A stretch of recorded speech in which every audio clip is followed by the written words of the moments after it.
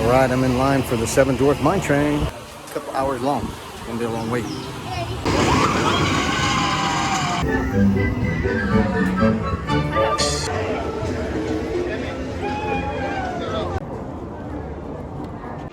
Run up your white flag, you scurvy scum!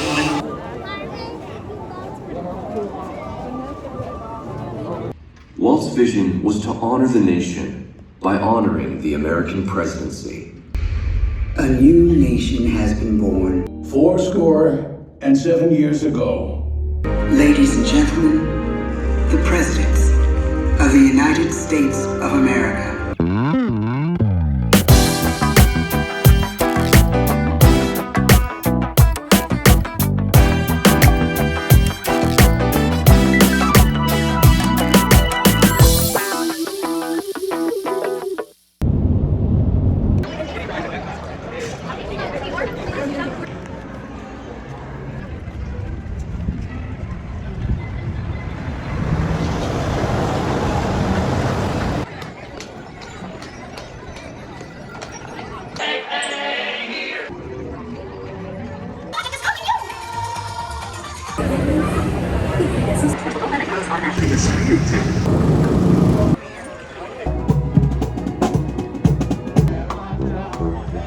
Wow, part 1 was so much fun, but we got more to do here in part 2. So thank you for coming back to watch part 2. So let's get started and head over to 7 Dwarf Mine Train, one of my favorite rides here at Walt Disney World's Magic Kingdom. A couple of things I really like about 7 Dwarf Mine Train is that it's a smooth ride. It's not all bumpy and jerky, and it's got a good mix of indoor and outdoor fun. But there's always the negative side to it. All right, I'm in line for the 7 Dwarf Mine Train. The line's a couple hours long. It's gonna be a long wait.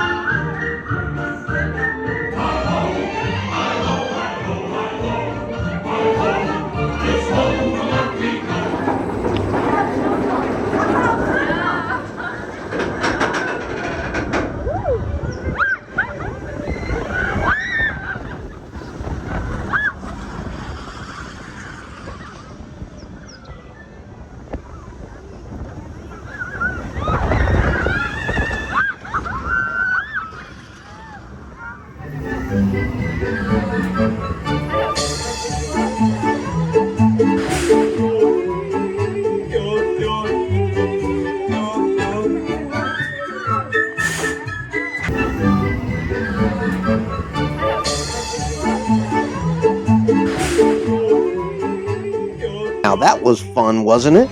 All right, now I'm going to head over to the Hall of Presidents, and it's not too far away from here.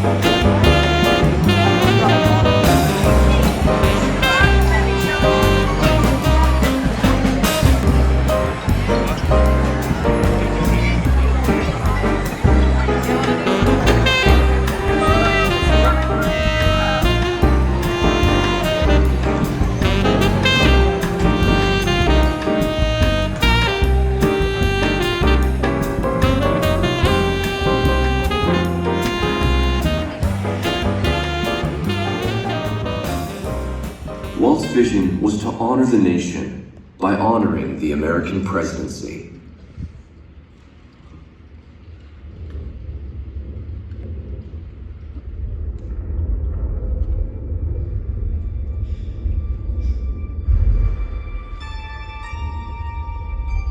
It is 1783, and the smoke is clearing in the wake of the Revolutionary War.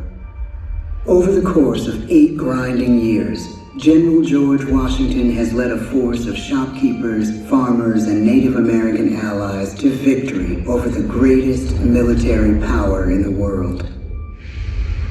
A new nation has been born, independent and free. The founders must form a national government. In 1787, through months of passionate debate, they create a written constitution. For the country's highest office, they imagine something new in the history of the world.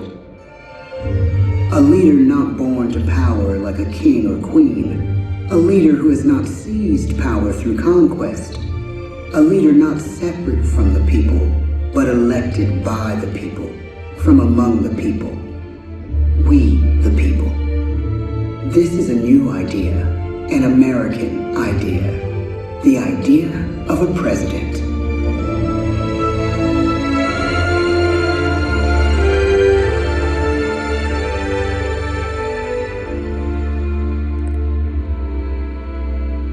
A house divided against itself cannot stand, he has said. With Lincoln's election, the House does indeed divide. Civil War. 11 states secede from the Union. The war becomes a defining passage in the American story. The president's own inner strength and depth of character changed the course of history.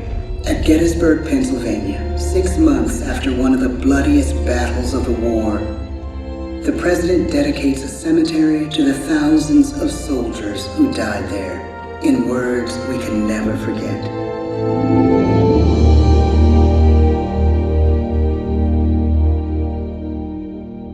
"Fourscore-and-7 years ago, our fathers brought forth on this continent a new nation, conceived in liberty, and dedicated to the proposition that all men are created equal.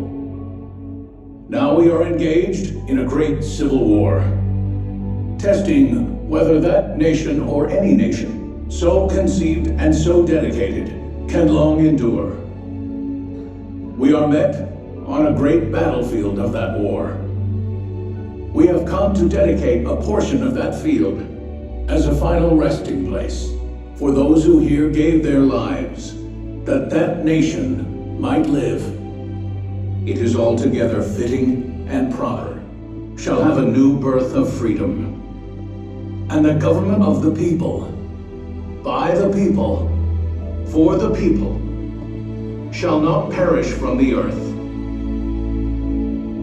The blood of over 500,000 Americans is spilled in this Civil War. President Lincoln's enduring hope is to give true meaning to the sacrifices of so many, to lead us to that new birth of freedom. With the end of the war and the end of slavery, a new birth truly begins. Tonight's attacks on England are perhaps the most widespread of the war in the course of the day. But an even greater challenge dominates his final years in office: the Second World War.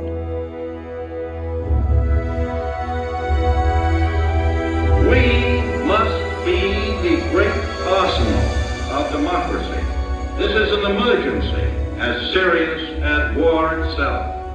We stun the world with our production.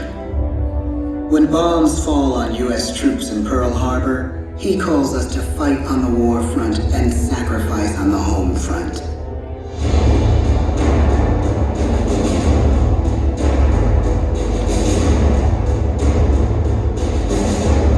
The country changes. Focus for the arms race. The choice is urgent, and it is ours to make. Ask not what your country can do for you.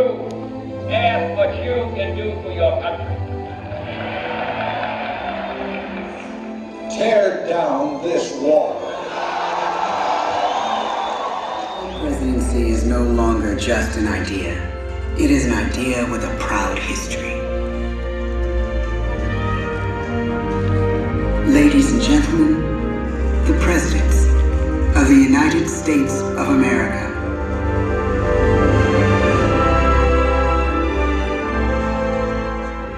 George Washington, John Adams, Thomas Jefferson,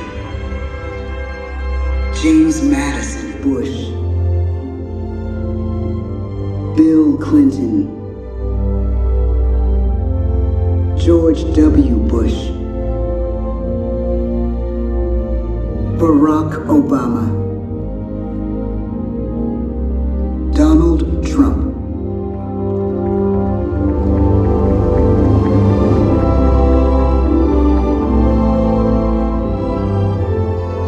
And now we come to the present. Once again, we place our trust in the idea of a president, as we have from the beginning.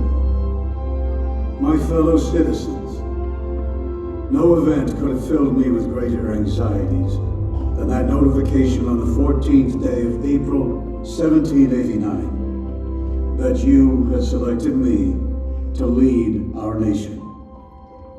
But it was with the confidence of my fellow citizens that I took an oath. 35 simple words that have been repeated by every American president throughout history. I, Joseph Robinette Biden Jr., do solemnly swear that I will faithfully execute the office of President of the United States, and I will, to the best of my ability, preserve, protect, and defend the Constitution of the United States. So help me God. I really love the Hall of Presidents attraction. Well, now, let's head over to the Pirates of the Caribbean ride. And on the way, we pass the famous spitting camel. Oh, there he goes. Let's see that again.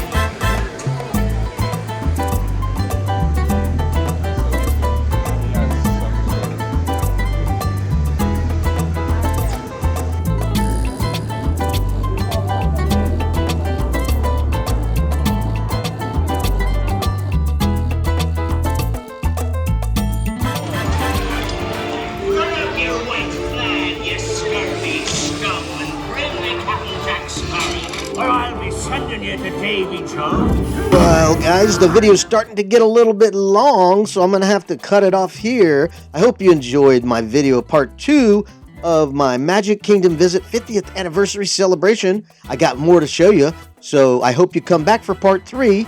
And here's a little teaser from part 3. I've got who's it's and what's it's galore. You better fill the can this time, or else.